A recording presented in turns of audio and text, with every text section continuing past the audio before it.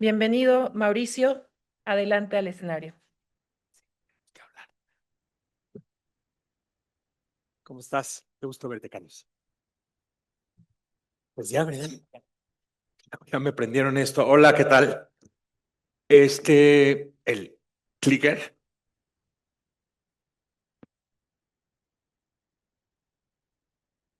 ¿Cuánto tiempo tengo?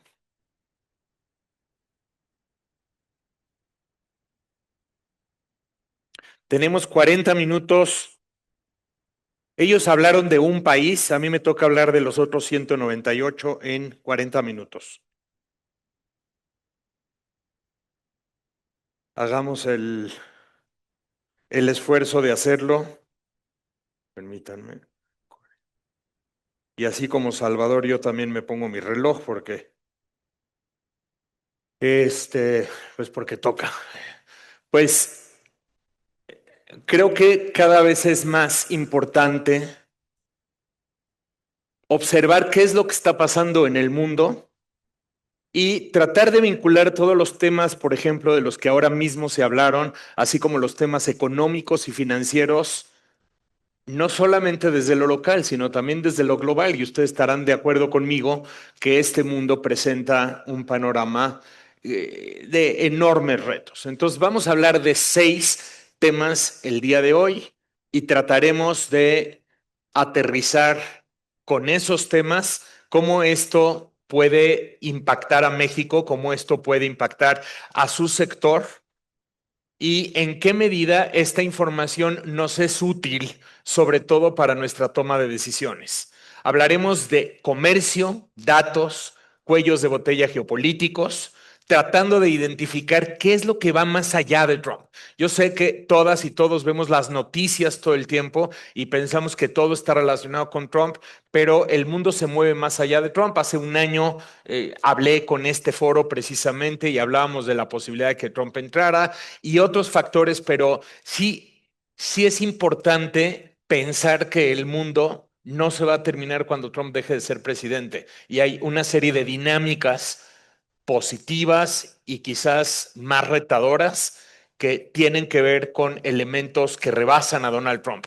Y el resultado, pues como estamos viendo un mundo con más conflictos, luego sí entender qué es lo que Trump hace con toda esa temática global y en qué medida esto impacta la rivalidad estratégica entre Estados Unidos y China y qué impactos puede tener esto para México y para el sector en donde ustedes se mueven. Primer tema, comercio, datos, cuellos de botella geopolíticos. Miren los mapas, siempre miren los mapas. ¿Quieren entender un conflicto? ¿Quieren entender una noticia?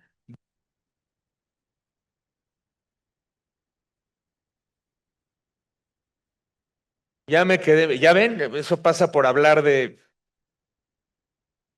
cosas que no debo decir, pero prometo ser bien portado. Si estamos hablando del bombardeo de Estados Unidos a Irán y la respuesta de Irán en contra de Qatar, tenemos que ver dónde está Qatar y tenemos que identificar qué pasa exactamente en este punto, porque acá, en ese sitio, transita nada más y nada menos que una cuarta parte del petróleo que se consume a nivel global. Oye, los bombardeos de los Houthis a favor de la causa palestina. Ah, no, pero eso está muy lejano. No tiene nada que ver conmigo. Resulta que los Houthis están ubicados en este sitio, acá, y que todo lo que transita desde China e India rumbo a Europa pasa por este punto precisamente. Entonces, si los Houthis bloquean ese sitio y los barcos tienen que dar la vuelta a toda África para llegar a Europa, ya suben los costos de transportación, ya suben los costos de los seguros y eso tiene múltiples repercusiones. En ese mundo, en ese mapa que ustedes vieron, sucede absolutamente todo lo que nos trae hoy acá. Todo. Y todo lo que ustedes hacen, todo a lo que se dedican, ocurre precisamente en ese planeta. Por la superficie transita 85% del comercio global, pero por abajo 95% de la información con la que nos movemos, 95% pasa por cables que se ubican debajo de esas líneas, de las cuales ahora mismo señalamos solamente algunas. Entonces, si hay un corte, o sea, por ejemplo, hablamos de inteligencia artificial, importantísimo tema. Soy profesor universitario y soy papá de 4 hijos y entiendo toda la temática relacionada con el software de la inteligencia artificial. Pero hay que hablar también del hardware de la inteligencia artificial. ¿En dónde están ubicados los centros de datos, los centros de la información? ¿Por dónde pasan los cables que transmiten toda esa información? ¿Cómo se mueven los chips? ¿En dónde están los minerales raros y quién tiene la capacidad de procesar esos minerales raros? ¿Y por qué entonces las guerras, los conflictos, las negociaciones se están enfocando a esa serie de temas? Todo esto tiene que estar siendo visto más allá del ruido para mirar verdaderamente dónde están las señales. Y por lo tanto, tenemos que identificar qué va más allá de Trump. Y sí, vengo llegando del Foro de Seguridad Global de Halifax, participamos ahí cada año y una vez más tengo que decirles esta percepción. Estamos ante un mundo que se percibe cada vez con menos reglas, cada vez con menos capacidad institucional para resolver las disputas entre todos nosotros. Es un mundo en donde se percibe que solo la fuerza me va a brindar seguridad. Y si solo la fuerza me va a brindar seguridad, entonces tengo que asegurarme de tener esa fuerza, número uno, y número dos, de desplegar esa fuerza y mostrar que la tengo, y número tres, demostrar que tengo la determinación a utilizar esa fuerza. Y eso genera conflicto. Y tenemos que entender que este es el mundo donde nos estamos moviendo, porque estamos ante una carrera armamentista creciente, estamos ante demostraciones de fuerza por parte de las potencias y estamos ante conflictos activos. Hay conflictos armados activos en curso. Tenemos 2 guerras mayores sucediendo en este instante. No me meto a todos los detalles, digo, cada una de ellas merecería una conferencia entera, pero simplemente entender que tenemos 2 guerras mayores. Hay en algunos casos algunas treguas, pero van a ser temas del 2026 sin lugar a dudas y tenemos otros 140 conflictos activos. Importante señalar, no todos están en los reflectores, pero muchos de esos conflictos impactan los mapas que ahora mismo les acabo de mostrar. Y es importante por lo menos tener una noción de qué está sucediendo pues a nivel global, ¿no? Y luego el efecto Trump, porque efectivamente Trump va a venir a insertarse dentro de ese mapa, dentro de esa conflictiva, dentro de esa serie de aspectos y también va a contribuir a moldearlo y va a contribuir a esos elementos. Entonces, entender que él tiene un diagnóstico negro de su país desde su perspectiva. Estados Unidos es un país en donde no hay orden, en donde no hay respeto al derecho, es un país con fronteras abiertas, es un país del cual todo el mundo ha sacado ventaja a lo largo de los años, es un país al que se le pide que defienda a otros en guerras lejanas, ajenas y costosas, sin que esos países estén dispuestos a invertir en su propia seguridad. Y por lo tanto, el trato que recibe Estados Unidos, desde su visión, ha sido un trato injusto, constantemente. Y por eso Estados Unidos es un país en declive. Y por eso, el 20 de enero, Trump nos dijo, el declive de Estados Unidos termina hoy. Esta es la nueva era dorada. Entonces, entiendan a Trump. Trump no está pensando en cifras, datos, comercio. Él no piensa en comercio como tal. Eso todos son instrumentos, herramientas. Para Trump lo importante es devolver a Estados Unidos la dignidad y poner a Estados Unidos primero. Él va a llegar a un trato contigo, sin duda, siempre y cuando se asegure de que Estados Unidos y sus intereses van primero y de que sus acciones están haciendo a Estados Unidos grande otra vez. Eso es Make America Great Again. por este declive, por esta visión pesimista, él lo que está haciendo desde su visión es levantar a Estados Unidos, sacarlo del hoyo y haciendo que Estados Unidos sea grande otra vez. Y todas sus acciones tienen que ver con eso. Sus decisiones son tomadas con criterios políticos, no con criterios técnicos. No es un tema de cifras, no es un tema de cantidades. Y además lo quiere hacer velozmente, nos hemos dado cuenta de ello, supongo, no lleva un año en el gobierno y ya vemos acciones como, por ejemplo, sellar las fronteras a través de la emergencia nacional y decretar emergencias nacionales también para temas como los cárteles, como organizaciones terroristas o como su guerra comercial. Me detengo un segundito en este tema que resulta normalmente de bastante interés y claro que resulta relevante para entender qué es lo que está pasando ahora mismo entre Estados Unidos y Venezuela y potencialmente qué puede suceder con nuestro propio país. El terrorismo es una violencia que debe prevenirse, no castigarse cuando ya ocurrió. Desde la lógica de quienes desarrollan todas las tácticas antiterroristas y toda la legislación antiterrorista y que otorgan facultades a las instancias de seguridad para actuar en contra del terrorismo, la visión tiene que ver con cómo actúas antes de que ocurre, desde el momento en que cuando estudias terrorismo te enseñan el círculo, el ciclo del atentado terrorista y siempre está primero la fase de planeación. Tú tienes que actuar en contra del terrorismo en la fase de planeación y la ley te va a permitir actuar bajo sospecha. En el momento en que tú sospechas que hay actividad terrorista, entonces puedes actuar. Y además te faculta para actuar en estés donde estés. Entonces, esto tiene repercusiones internas dentro de Estados Unidos y tiene repercusiones internacionales muy importantes, porque los ataques en contra de los actores terroristas ocurren en donde sea, ¿no? Por ejemplo, ahora mismo sobre embarcaciones que proceden de Venezuela, había una enorme discusión entre colegas de si esto es en aguas internacionales o no es en aguas internacionales, o si Estados Unidos lo que debería de hacer es detener a esas embarcaciones, investigar si verdaderamente están portando cargamento ilícito, en todo caso procesar a los potenciales delincuentes y etcétera. Y eso sí, pero eso es en el mundo ideal. No es la conducta que ha tenido Estados Unidos en su guerra contra el terrorismo. Estados Unidos y otros países, tengo que decirlo. De veras, estudien cómo funciona la guerra contra el terrorismo desde el 2001 a la fecha y se van a dar cuenta que los bombardeos son en donde sea, cuando sea. Hay operaciones de inteligencia, hay ataques con drones, hay ataques con misiles, o bien con embarcaciones, o bien con aviones, sea donde sea.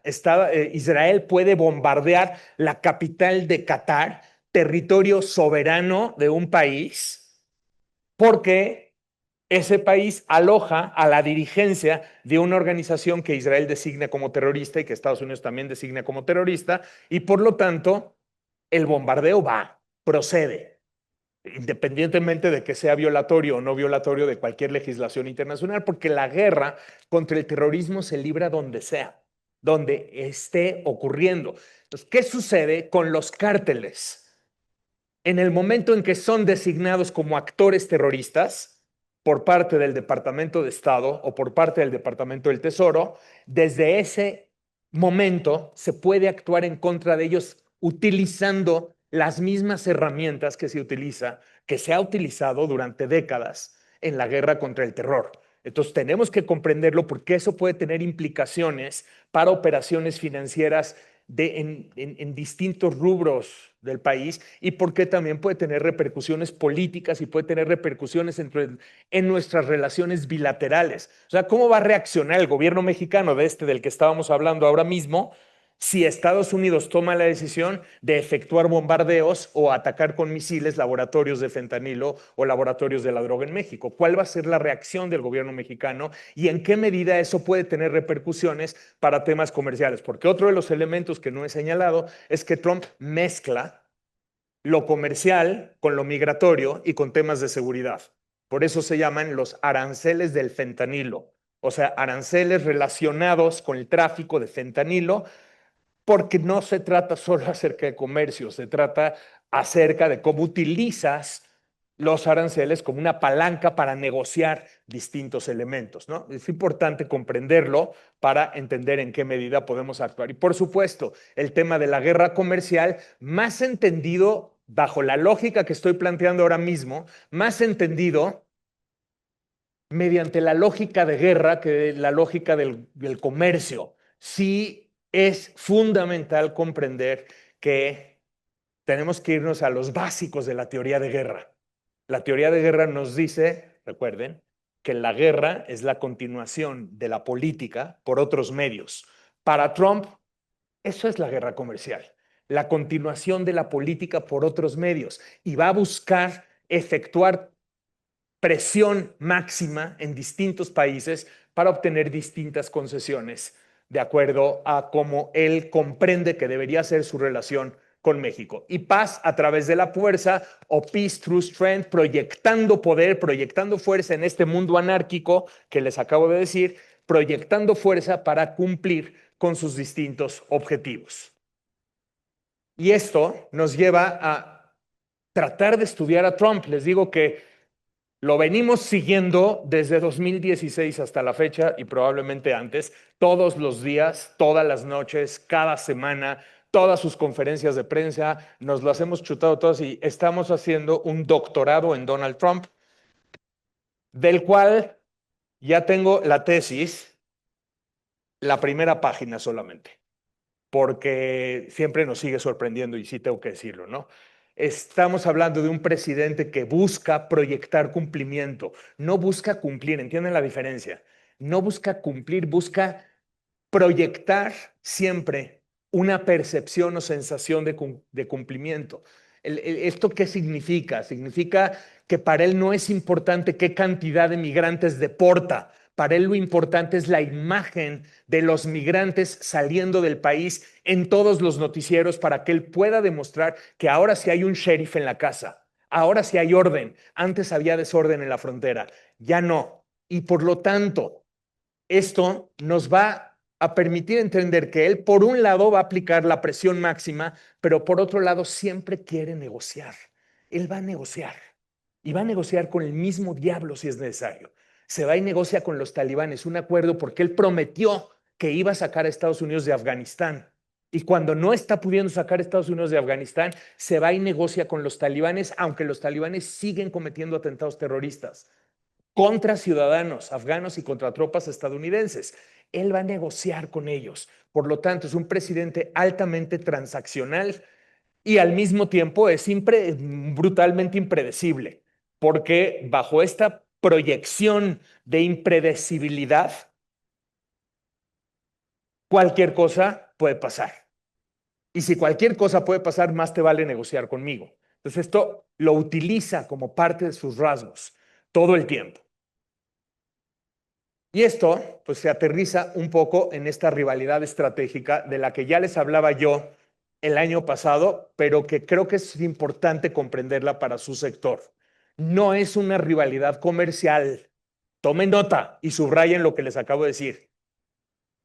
No es una rivalidad comercial o tecnológica, es una rivalidad geopolítica. Y por lo tanto, lo comercial y lo tecnológico resultan subrubros de una competencia entre una potencia establecida y una potencia emergente. Las dos grandes potencias se perciben como amenazas. Y en la medida en que las dos grandes potencias se perciben como amenazas, en esa medida van a tender a chocar y siempre van a chocar en distintos ámbitos. Tenemos la guerra comercial, pero tenemos también la guerra tecnológica, la guerra cibernética e informativa. Y utilizo la palabra guerra porque no solo se trata de competencia, no es una competencia comercial. Una guerra tiene una serie de actos que buscan dañar a la contraparte y a partir de ese daño y presión y tensiones generadas, obligarla a negociar. Por eso hay una guerra tecnológica, hay una guerra comercial, hay una guerra cibernética informativa, ciberataques constantes y una guerra de información. Y sí hay una competencia brutal por espacios de influencia. están las dos superpotencias buscando penetrar en distintas áreas del mundo. Y claro que en la medida en que China percibe que Estados Unidos se repliega, en esa medida China va a buscar ocupar vacíos. Entonces, si Trump ahora actúa como bully, o sea, como un acosador de distintos países, en esa medida China busca penetrar y decir, yo soy el socio confiable. Conmigo sí puedes hacer tratos.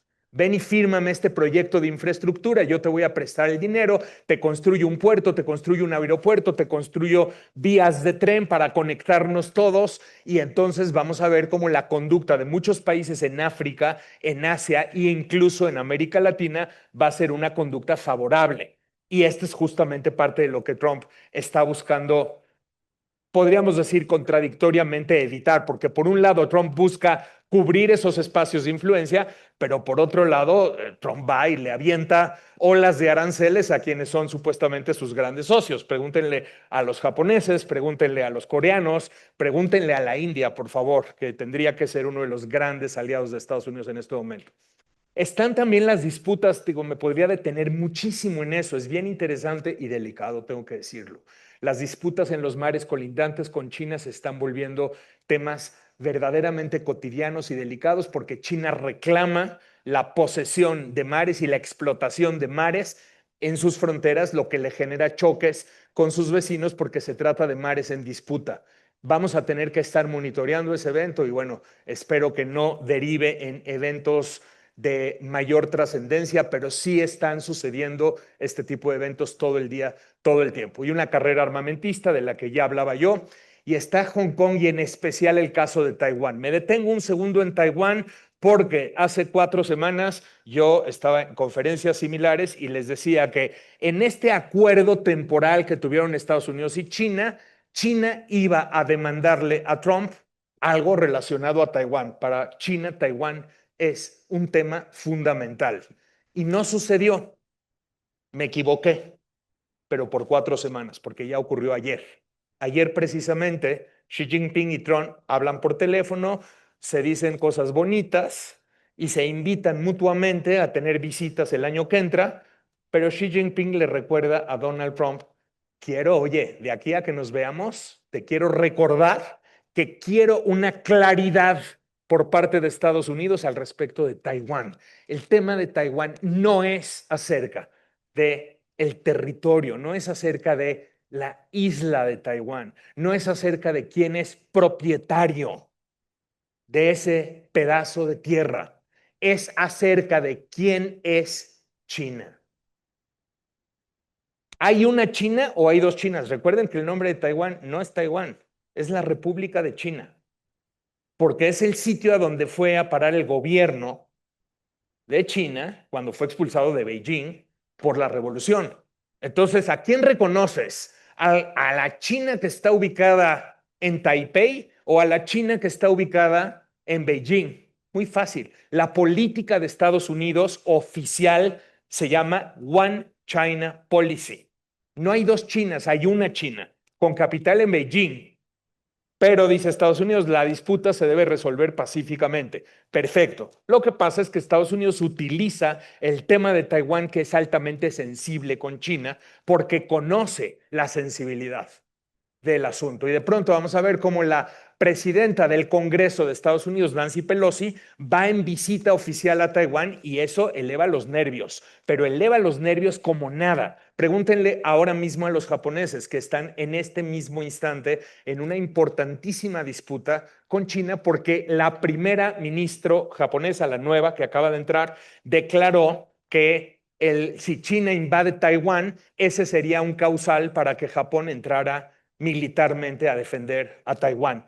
Y solo esa declaración levantó una cantidad de olas que ahora mismo están en un conflicto diplomático y vamos a ver a dónde va a derivar. Esta es la noticia en este mismo instante en Asia. El tema de Taiwán es altamente sensible y repito, Xi Jinping le dijo a Trump ayer, quiero una definición clara de cuál es tu postura respecto a Taiwán, porque si no, entonces no hay acuerdo comercial, te lo rompo en un segundo, no hay acuerdo de minerales críticos, no hay acuerdo de imanes, no hay acuerdo de chips, no hay acuerdo de nada. Y por eso lo señalo, porque tenemos que entender cuáles son los efectos de todas esas cuestiones en otro tipo de rubros, ¿no? Ahora mismo la guerra comercial ha llegado a su punto más alto en este mismo año, con 145 de tarifas arancelarias de Estados Unidos contra 125% por parte de China. Ahora mismo sí se pactó una tregua que tenemos que entenderla así, como les digo yo, como un cese al fuego. Hay una tregua, porque ambos países consideraron que era mejor no seguir escalando y sí tiene aspectos positivos. Por supuesto, hay una tregua que supuestamente va a durar un año, ya veremos. Esto le aporta ganancias políticas y ganancias simbólicas a ambos presidentes, se estrechan la mano y por lo menos podemos decir esto no está escalando más. Hoy, noviembre 2025, esto no está escalando más y por eso esa tregua en Busan, Corea, sí es importante. Sin embargo, sí entender que se trata de una tregua frágil, es una tregua ambigua, prevalece desconfianza, prevalecen aranceles todavía del 47% por parte de Estados Unidos y prevalecen una serie de condiciones estructurales que todavía nos dicen que tenemos que estar muy pendientes de lo que vaya a suceder el año que entra. Todas las causas estructurales de lo que hablé ahora mismo siguen ahí. La carta estratégica de Beijing va a seguir siendo su determinación a utilizar la herramienta de los minerales críticos. Esto era algo que nos cuestionábamos el año pasado, porque entonces ya no estamos hablando de solamente una guerra comercial, es una guerra de cadenas de suministro. Y en la medida en que China está dispuesta a restringir la exportación de estos minerales críticos, en esa medida la carrera o la conflictiva puede seguir escalando con múltiples repercusiones para los distintos ámbitos. Y en esto, recordar, dando dos pasos para atrás, recordemos que China conserva la capacidad de refinación de estos minerales críticos más importante de todo el planeta. No es que no hayan estos minerales raros en todas partes, sí los hay, pero el problema es que China tiene la capacidad de refinación que propio Estados Unidos y otros países le fueron endosando cuando las relaciones eran más positivas. Y en esa medida, China sigue teniendo todavía a la economía, sobre todo a estos sectores clave de la economía, los tiene todavía en sus manos.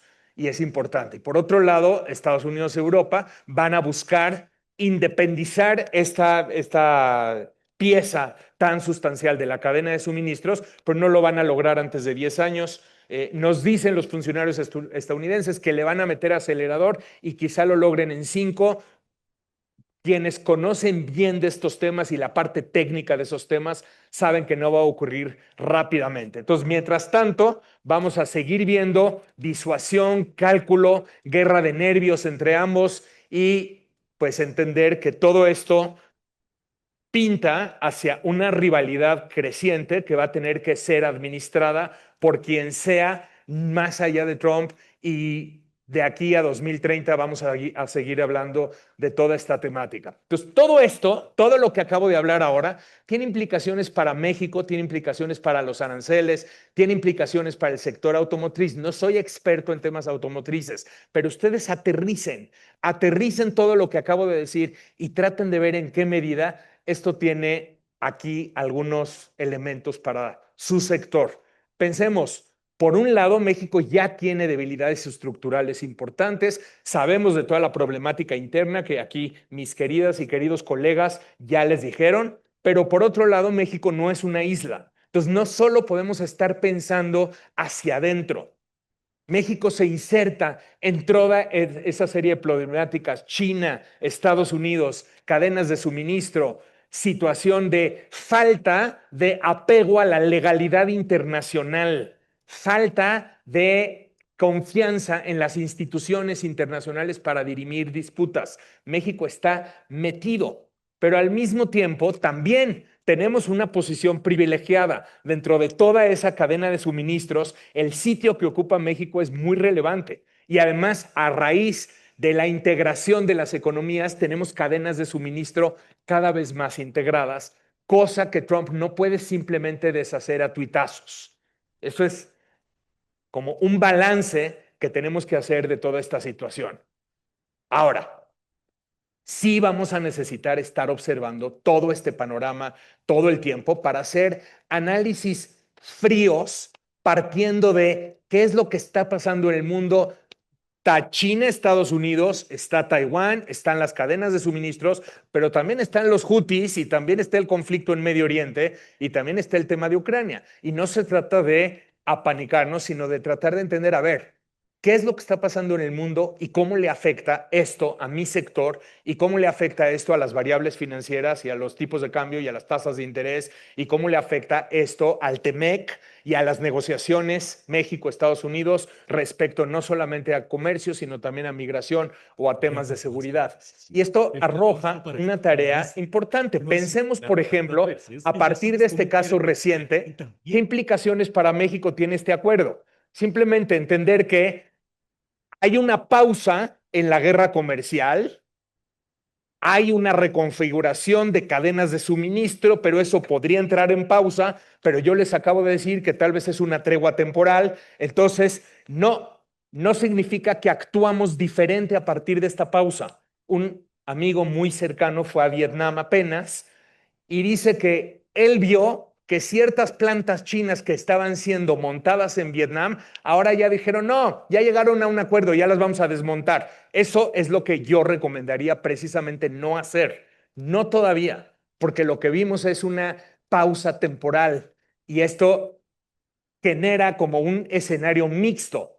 Tenemos, por un lado, la presión de Estados Unidos sobre nosotros, que no va a parar. Por otro lado, hay cierto alivio, porque en la medida en que Estados Unidos y China lleguen a acuerdos, entonces la tensión se disminuye. Y eso, pues sí, ofrece una cantidad de retos enormes para pensar en el largo plazo y para desarrollar política industrial, pero un poco esto es como es.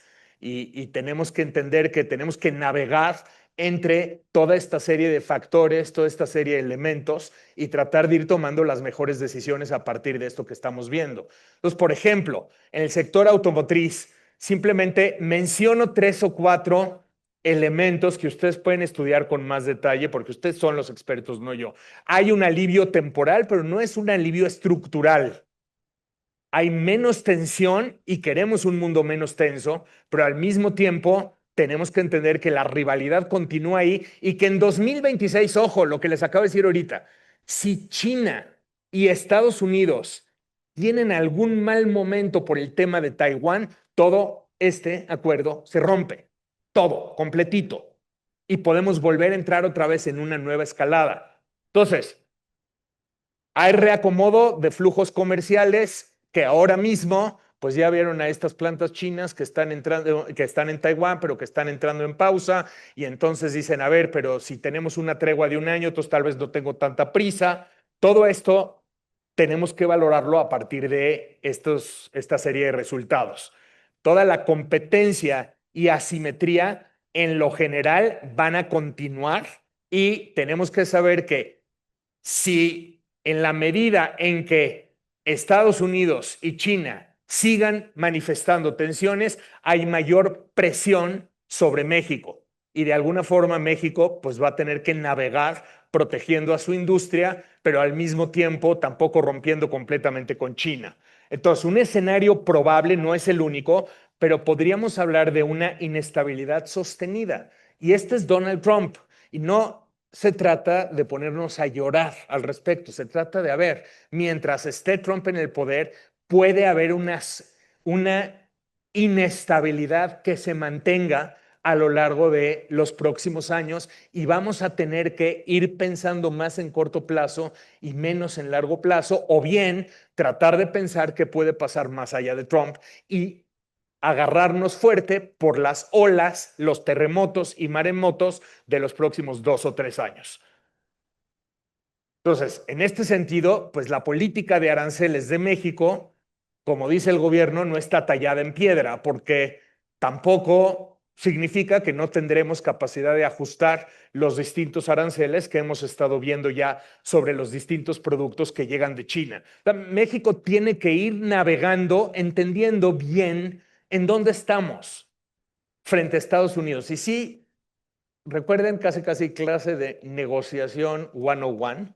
El primer paso de una negociación siempre es estimar adecuadamente dónde estás. Dicen, conócete a ti mismo, es tu primer factor. Y sí tenemos que entender que México es altamente dependiente del mercado estadounidense y somos muy vulnerables, somos un blanco fácil para ese Donald Trump que busca poner los intereses de Estados Unidos primero otra vez. Y eso lo tenemos que saber y por lo tanto, cuando Estados Unidos nos ejecuta toda su presión máxima, tenemos que saber hasta dónde podemos llegar y hasta dónde no. Pero por otro lado, entender que en la medida en que Estados Unidos y China reduzcan sus tensiones, en esa medida tiene México tantito más margen de maniobra y puede ser que Trump reduzca la presión de México sobre China, por lo menos temporalmente.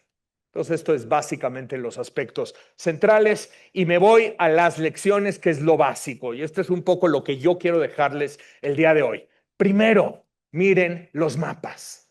De verdad, háganme caso, vean los mapas. Si ustedes escuchan de una noticia internacional, pregúntense dónde está eso, dónde queda y qué impacto tiene sobre el comercio, sobre los datos, sobre la información, sobre todo lo que está pasando en el globo. ¿Qué mares hay? ¿Qué tierras hay? ¿En dónde están los puertos? ¿Y cómo puede afectar eso el mundo en el que yo me muevo? Segundo, monitorear eventos globales constantemente. Tienen que estar observando, sí es importante. O sea, aquí decían mis colegas, suscripción a el Financiero, La Jornada, pues sí, también al Financial Times y también al Washington Post.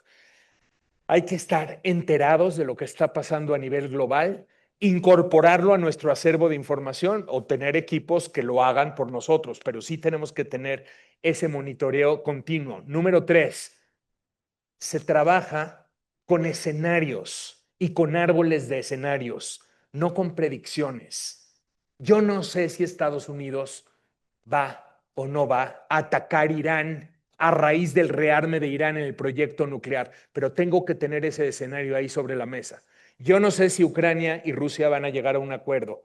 Tengo que tener el escenario de acuerdo y en qué podría derivar, y tengo que tener el escenario de no acuerdo y en qué podría derivar. Yo no sé si China va a decidir invadir Taiwán en 2026 o 2027 o 2028. No tengo idea, pero tengo que tener los escenarios puestos sobre la mesa y comprender cómo se derivan, o sea, cuál sería la ramificación de una intervención china militar en Taiwán. Tengo que comprenderlo porque lo que no puede pasar en donde ustedes se mueven, ni en donde yo me muevo, ni en ningún lugar, lo que no puede pasar es que, ay, me sorprendí porque Rusia invadió a Ucrania. Eso refleja falta de haber efectuado las tareas correspondientes, la cantidad de empresas que de la noche a la mañana se tuvieron que salir y que perdieron millones y millones de dólares en el camino. Esto no se perdona en este mundo, se tiene que trabajar. Desde el 2014, Rusia mostró que uno de los escenarios plausibles era la intervención militar sobre Ucrania. Ya desde 2014 tengo que trabajar con ese escenario y entender en qué medida ese escenario puede impactar a mi sector, depende de qué tan expuesto estoy. Cuarto, asignamos grados de probabilidad a esos escenarios. Hay escenarios más probables, hay escenarios menos probables y yo trabajo con rangos de probabilidad de acuerdo a análisis informados al respecto. Y luego identifico qué impactos potenciales tendría para mi sector el caso de cumplirse esa serie de escenarios. ¿Qué tan expuesto estoy yo y qué tan expuesto está mi negocio bajo ese tipo de circunstancias? Y así me preparo para todos esos escenarios y no me creo lo que me dice el canal del tiempo, que no te lo está diciendo mal, solo que no lo leemos correctamente, cuando nos dice que hay 20% de probabilidad de lluvia y yo digo, eso significa que no va a llover y no me llevo el paraguas. Y yo lo que les estoy diciendo, señoras y señores, 20% de probabilidad de que llueva no es bajo, llévense el paraguas porque 2 en 10 sí puede ocurrir. Y es importante, sobre todo, que no estamos hablando de lluvia y la consecuencia sería mojarme, sino que estamos hablando de nuestros sectores y nuestros negocios, empresas de las cuales dependen muchísimas personas. Entonces tengo que llevarme el paraguas y tengo que comprender qué significa el paraguas para mi sector. Recap. Estamos ante un mundo más anárquico, más turbulento, más impredecible. Y aquí no se trata de apanicarnos, no se trata de producir nervios, sino se trata de que tenemos que estar observándolo con mucho cuidado, con atención y con planeación objetiva, con detectando cuáles son los factores estructurales, cuáles son los potenciales factores de fragilidad, de qué forma Trump puede impactar en estos elementos y cómo estamos monitoreando eventos globales, trabajando con escenarios, nos preparamos para todos ellos y si no se cumplen, pues muy bien, no se cumplieron, pero yo estaba adecuadamente preparado. Muchísimas gracias. Gracias a todas y todos.